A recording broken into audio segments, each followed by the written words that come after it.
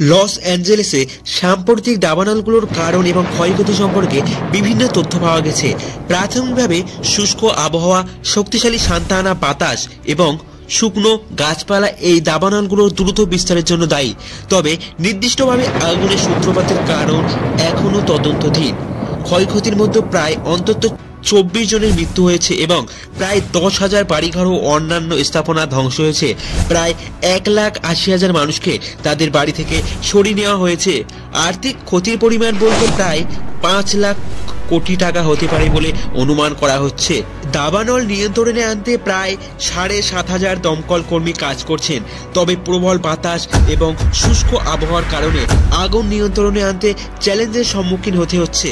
সাম্প্রতিক সময়ে লস অ্যাঞ্জেলেসের উত্তরে নতুন করে একটি দাবানল শুরু হয়েছে, যার শক্তিশালী বাতাস এবং শুকনো ঝোপের কারণে দ্রুত 9,400 একর এলাকা জুড়ে ছড়িয়ে পড়েছে।